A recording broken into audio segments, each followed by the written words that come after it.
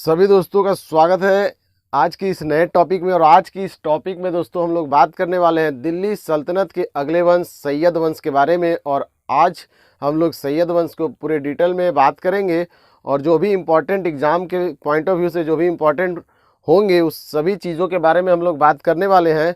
तो फटाफट जुड़ जाइए हमारे साथ और लाइक कर दीजिए, लाइक नहीं किए हैं तो चैनल को सब्सक्राइब कीजिए। और चलिए हम लोग शुरू करेंगे दोस्तों। जैसा कि पिछले क्लासों में हम लोगों ने बात किया था कि किस प्रकार जो है सैयद वंश के द्वारा तुगलकों को हरा करके किस प्रकार जो है शासन जमाया जाता है, सैयद वंश की स्थापना की जाती है। अगर आप वो वीडियो नहीं जाकर देखे हैं, अगर आप तुगलक वंश को नहीं देखे हैं तो पहले तुगलक वंश को अच्छे से देखेंगे, तब जाकर आपको सैयद वंश बिल्कुल अच्छे से समझ में आएगा। तो अगर आप उस वीडियो को देखना चाहते हैं तो लिंक जो है इस डिस्क्रिप्शन बॉक्स में आपको दे दिया जाएगा, आप वहां से जाकर के देख लेंगे। तो सैयद वंश को हम लोग दोस्तों शुरू करेंगे आज, और आज ही जो है इसी सेशन के अंदर हम लोग फिनिश करने वाले हैं।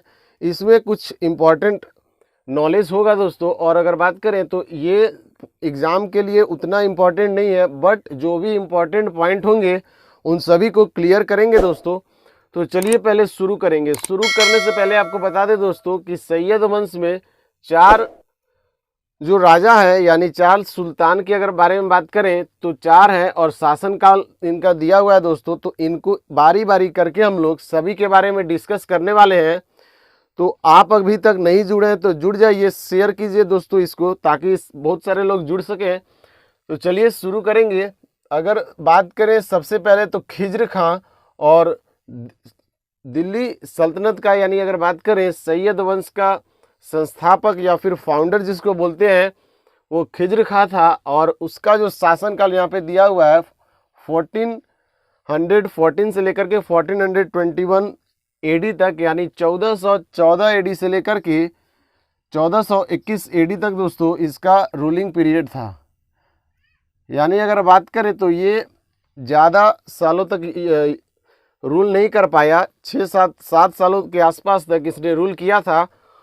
और इसके बाद अगर बात करेंगे दोस्तों मुबारक शाह 1421 से लेकर के 1434 तक रूल करता है। और नेक्स्ट अगर बात करें तो मोहम्मद शाह, और मोहम्मद शाह के द्वारा 34 से लेकर के 1445 तक किया जाता है रूल। और लास्ट है आपका अलाउद्दीन आलम शाह, ये 1445 से लेकर के 1451 एडी तक इसके द्वारा रूल किया जाता है। तो इन चारों शासकों के बारे में डिटेल में बात करने वाले हैं। जो भी एग्ज़ाम से रिलेटेड होगा दोस्तों उसके बारे में तो डिस्कस करेंगे ही, और आपके नॉलेज को ये बहुत ज़्यादा इम्प्रूव करेगा। और साथ ही आपको बता दें दोस्तों, अगर आप इंडियन जियोग्राफी पढ़ना चाहते हैं तो उसकी क्लास आती है, आप उसको रेगुलर देखा कीजिए। और वो आपका NCERT बेस्ड पे है, यानी अगर बात करें वो आपका NCERT पर चलता है। और NCERT क्लास 6 to 12th तक दोस्तों उसको करवाया जाता है। यानी अगर हम बात करें दोस्तों तो मैंने आपको बताया कि इंडियन जियोग्राफी जो है वो NCERT क्लास 6 to 12 तक सभी बुक को कवर करता है। यानी NCERT 6 to 12 क्लास की जो भी जियोग्राफी बुक में पढ़ाया जाता है वो इंडियन जियोग्राफी में टोटल कवर करवाया जा रहा है टॉपिक वाइज करके। उसके बाद आपका इंडियन जियोग्राफी के बाद वर्ल्ड जियोग्राफी का भी सेक्शन आने वाला है। वर्ल्ड जियोग्राफी का भी 6 to 12 क्लास का NCERT आएगा, नोट्स टाइप का एकदम अच्छे से क्लियर किया हुआ रहेगा, आपको बारी बारी करके पढ़ाया जाएगा बिल्कुल डीप में जा करके। तो ये वीडियो देखना मत भूलिएगा। अगर अच्छा रिस्पॉन्स आता है तो हम लोग फिर स्टार्ट करेंगे इंडियन हिस्ट्री और वर्ल्ड हिस्ट्री NCERT बुक का। ये इंडिया में अगर किसी भी एग्ज़ाम के लिए काफ़ी इम्पोर्टेंट है। और यहाँ तक की बात करें तो UPSC में जो भी आपको पढ़ना होता है NCERT क्लास 6 to 12 का बुक, उसमें सारे का सारे टॉपिक जो है क्लियर करवाया जा रहा है इन्हीं सब्जेक्ट में NCERT 6 to 12 में। तो ये इसके लिए भी काफ़ी हद तक इम्पॉर्टेंट है। और इसको अलग अलग बुक से पढ़ने से बेहतर है कि हम लोग एक में मिलाकर अच्छे से डीप में जाकर के पढ़ेंगे। तो चलिए शुरू करते हैं। सबसे पहले मैंने आपको बताया कि खिज्र खां जो आपका 1414 एडी से लेकर के 1421 एडी यानी 1421 ईस्वी तक जो है वो रूल करता है, शासन करता है। होता क्या है दोस्तों इसके द्वारा अगर बात करें तो सबसे पहला तो स्थापना किया जाता है, या फिर हम बोलेंगे कि सैयद वंश का संस्थापक जो था वो कौन था? खिज्र खां। तो याद रखेंगे, इसने सुल्तान की उपाधि धारण नहीं किया था। आपसे अगर पूछा जाए कि सैयद वंश का कौन सा शासक था जो सुल्तान का उपाधि धारण नहीं किया था, तो आपका जो संस्थापक था खिज्र खां, उसने सुल्तान की उपाधि जो है वो धारण नहीं किया था, सुल्तान की उपाधि धारण नहीं किया था। तो इसको बिल्कुल याद रखेंगे। इसके द्वारा एक उपाधि धारण किया गया था दोस्तों, जिसको रैयत ए आला के नाम से जाना जाता है। यहाँ पर लिखा हुआ है कि रैयत ए आला, इसके द्वारा रैयत ए आला की उपाधि जो है लिया जाता है। आपसे पूछा जाए कि रैयत ए आला उपाधि धारण करने वाला कौन सा शासक था, कौन इनमें से कौन सा शासक रैयत ए आला की उपाधि धारण किया था, तो आपका खिज्र खां। नेक्स्ट बात करें, दिल्ली सल्तनत काल में शासन करने वाला एकमात्र शिया वंश था। डायरेक्टली पूछा जाए कि दिल्ली सल्तनत में एकमात्र शिया वंश जो शासन किया था वो कौन था, कौन सा वंश था? सैयद वंश, लोदी वंश, आपसे तुगलक वंश, कुछ भी अगर दो ऑप्शन में, तो आप वहाँ पर मारेंगे दोस्तों सैयद वंश। अगर बात करें कि दिल्ली के पास खिजराबाद नामक शहर किसके द्वारा बसाया गया था, तो वो खिज्र खां के द्वारा बसाया गया था। खिजराबाद जो शहर है, अगर आपसे पूछा जाए कि खिजराबाद शहर किस वंश के शासकों के द्वारा बसाया गया था, तो सैयद वंश। और किस अगर बात करें कि कौन से शासक के द्वारा, तो खिज्र खां के द्वारा। खिजराबाद नाम से ही पता चल रहा है, खिजराबाद खिज्र खां शहर बसाया गया था। बात करें इसकी मृत्यु के बारे में, तो इसकी मृत्यु जो है वो 20 मई 1421 को हो गया था दोस्तों। और शासक की मृत्यु के बाद अधिकांशतः उसका पुत्र जो है वही शासक बनता है। तो इसका पुत्र यानी खिज्र खां का पुत्र जो है मुबारक शाह, इसका नाम एक्चुअली होता है मुबारक खां। और ये मुबारक खां जो है वो मुबारक शाह यानी शाह की उपाधि धारण करता है, और मुबारक शाह के नाम से जो है वो गद्दी पर बैठता है। उसके बारे में अभी हम लोग बात करेंगे।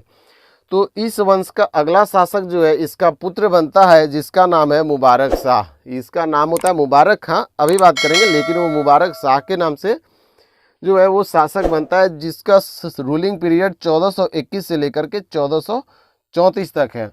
तो आगे हम लोग बात करने वाले हैं मुबारक शाह के बारे में दोस्तों। खिज्र खां के बारे में कुछ हम लोगों ने बात किया कि ये संस्थापक था, इसके द्वारा सुल्तान की उपाधि धारण नहीं किया गया था, इसके द्वारा एक उपाधि लिया गया था जिसको रैयत ए आला कहा जाता है। और इसने दिल्ली सल्तनत में अगर बात करें, ये वंश दिल्ली सल्तनत में एकमात्र ऐसा वंश था जो कौन सा वंश था? शिया वंश था। एकमात्र शिया वंश शासन करने वाला दिल्ली सल्तनत का वंश था। तो और इस मैंने हम लोगों ने पढ़ा है कि दिल्ली में खिजराबाद नामक शहर किसके द्वारा बसाया गया था, तो खिज्र खां। और इसकी मृत्यु 1421 में हो गया था दोस्तों, 20 मई को। तो अब हम लोग बात करने वाले हैं मुबारक शाह। तो चलिए दोस्तों आगे बढ़ते हैं, मुबारक शाह के बारे में हम लोग अब बात करने वाले हैं। तो दोस्तों मुबारक शाह के बारे में अगर चर्चा करेंगे, तो अभी हमने आप लोगों को बताया था कि इसका जो रूलिंग पीरियड है यानी शासन करने का जो समय है वो 1421 ईस्वी से लेकर के 1434 ईस्वी तक था। और ये जो है वो खिज्र खां का क्या था, तो पुत्र था। और इसका नाम एक्चुअली में था मुबारक खां। मुबारक खां जो था वो मुबारक शाह के नाम से 1421 को सुल्तान बना। मैंने अभी आपको बताया था कि खिज्र का जो है वो सुल्तान की उपाधि जो है वो नहीं लिया था, लेकिन जो है इसका पुत्र जो है वो सुल्तान की उपाधि जो है वो धारण करता है। तो अभी हम लोग बात करेंगे।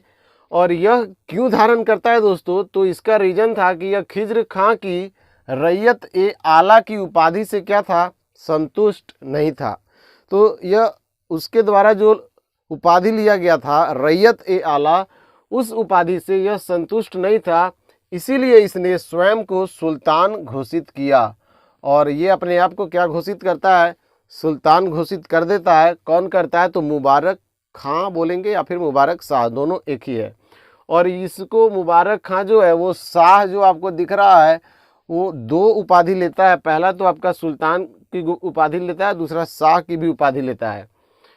मुबारक खां जो है वो सैयद वंश का सबसे महान शासक था, सबसे महान शासक। आपसे एग्जाम में पूछा जाए कि सैयद वंश का सबसे महान शासक या सबसे प्रतापी शासक, तो आपका आएगा मुबारक शाह या फिर मुबारक खां, जो भी आपका ऑप्शन में दिया हो वही होगा।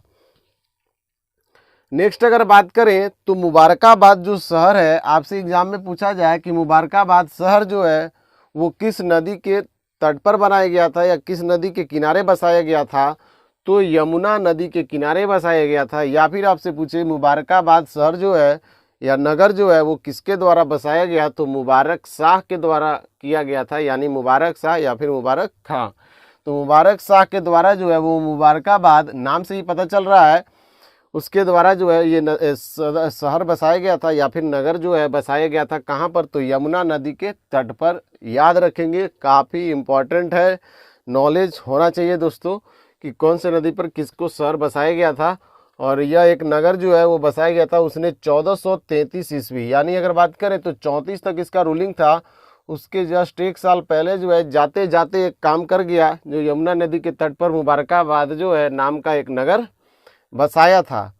अगर इसके बारे में आगे बात करें तो इसके दरबार में एक महान इतिहासकार या फिर विख्यात इतिहासकार के बारे में बात करें तो उनका नाम था याहिया बिन अहमद सरहिंदी। याहिया बिन अहमद सरहिंदी जो थे, आपसे पूछा जाए कि सैयद वंश के मुबारक शाह जो शासक था उसके शासनकाल में इनमें से कौन एक महान या विख्यात इतिहासकार थे, याहिया बिन अहमद। या फिर पूछा जाए कि याहिया बिन अहमद सरहिंदी किस वंश के शासक के शासन काल में जो है थे, तो आपका सैयद वंश के मुबारक शाह के शासन काल में। तो किसी भी प्रकार के क्वेश्चन जो है बना दिए जाते हैं तो आपको केवल आंसर याद रखना है, जिससे किसी भी प्रकार का जो क्वेश्चन बना होता है उसको आप सही कर पाएंगे दोस्तों। तो बिल्कुल आपको समझ में आ रहा होगा मैं क्या आपको बताना चाह रहा हूं, और आप किस प्रकार से जो है वो ऑब्जेक्टिव क्वेश्चंस खुद बना सकते हैं और उसका आंसर जो है आप लिख सकते हैं। तो मैंने आपको बताया कि इसके दरबार में एक विख्यात इतिहासकार थे याहिया बिन अहमद सरहिंदी, और इनके द्वारा एक पुस्तक लिखा गया था कि तारीख़ मुबारक शाही। पूछा जाएगा कि तारीख़ मुबारक शाही किसके द्वारा लिखा गया था, कौन से इतिहासकार द्वारा लिखा गया था, तो याहिया बिन अहमद सरहिंदी। और आपसे पूछा जाए कि याहिया बिन अहमद सरहिंदी द्वारा कौन सी पुस्तक लिखी गई थी, तो तारीख़ मुबारक शाही। तो इस प्रकार करके बहुत सारे क्वेश्चन जो है वो बन सकते हैं। तो आप ही को ये क्या काम करना है वो बनाना है, और इसके द्वारा जो तारीख़ मुबारक शाही जो लिखा गया था बुक, उससे यह पता चलता है कि मुबारक शाह के शासन काल में इसके द्वारा जो कार्य किए गए थे उन कार्यों का वर्णन जो है वो तारीख़ मुबारक शाही में बताया गया है, लिखा गया है। तो इसको इम्पॉर्टेंट है, तो इसको याद रखेंगे दोस्तों। काफ़ी ज़रूरी है कि तारीख़ मुबारक शाही से हमें क्या पता चलता है कि मुबारक शाह के कार्यों का वर्णन जो इसके द्वारा शासन काल में किया गया था। और मुबारक शाह के द्वारा जो है वो शाह की उपाधि जो है वो धारण किया जाता है, क्योंकि मुबारक शाह खुद ही लग रहा है, इसका ओरिजिनल नाम मुबारक खां था। और इसने अपने नाम के सिक्के जो है वो भी जारी करवाए थे। तो मुबारक शाह के बारे में इतनी जानकारी मैंने आपको अभी बताया कि इसका नाम जो है मुबारक खां था, और मुबारक शाह के नाम से सुल्तान बनता है। आपसे पूछा जाएगा कि मुबारक खां किस नाम से सुल्तान बनता है या गद्दी पर बैठता है, तो मुबारक शाह कब बैठता है, तो 1421 मई के आसपास। मैंने बताया कि 20 मई 1421 को खिज्र खां मरा, तो उसी महीना में जो है इसको सुल्तान बनाया गया। और इस रैयत आला की उपाधि से ये संतुष्ट नहीं था, तो इसने अपने आप को सुल्तान घोषित कर दिया। और यह सबसे महान शासक था सैयद वंश का। और यमुना नदी के तट पर 1433 ईस्वी में, यानी 34 है तो 34 से एक पहले 33 ईस्वी में यमुना नदी के तट पर मुबारकाबाद नामक शहर बसाया। और इसके दरबार में विश्वविख्यात इतिहासकार याहिया बिन अहमद सरहिंदी जो हैं वो तारीख़ मुबारक शाही बुक लिखे थे, जिसमें हमें मुबारक शाह के कार्यों का वर्णन मिलता है उसके शासनकाल में। और इसके द्वारा शाह की उपाधि भी धारण किया जाता है, और ये अपने नाम के सिक्के भी जारी करवाता है। तो ये सब बातें जो है वो मुबारक शाह से रिलेटेड था। तो इतना हम लोगों ने बात किया दोस्तों। नेक्स्ट यानी अगर बात करें तो अगला शासक जो आने वाला है वो मोहम्मद शाह है, और मोहम्मद शाह का रूलिंग पीरियड 1434 से लेकर के 1445 ईस्वी तक है दोस्तों। और आज हम लोग यहीं तक स्टॉप करेंगे। और ये हमारा पार्ट 1 है जो आपको दिख रहा है। नेक्स्ट पार्ट यानी पार्ट 2 जो है ये काफ़ी लंबा हो जाएगा दोस्तों, इसलिए हम आज यहीं पर इसको एंड करेंगे। और पार्ट 2 में हम लोग सैयद वंश को, छोटा सा टाइमिंग पीरियड होगा, उसको हम लोग जल्दी से उसको फिनिश कर देंगे। तो उम्मीद करते हैं कि आपको बिल्कुल समझ में आया हो। समझ में आया तो लाइक कीजिए और समझ में ना आया तो डिसलाइक कीजिए। और अगर चैनल पर नए हैं तो चैनल को सब्सक्राइब कर लीजिएगा और कमेंट करके बताइए कि आपको ये क्लास कैसा लगा। तो दोस्तों मिलते हैं अगले वीडियो में, तब तक के लिए bye bye and take care.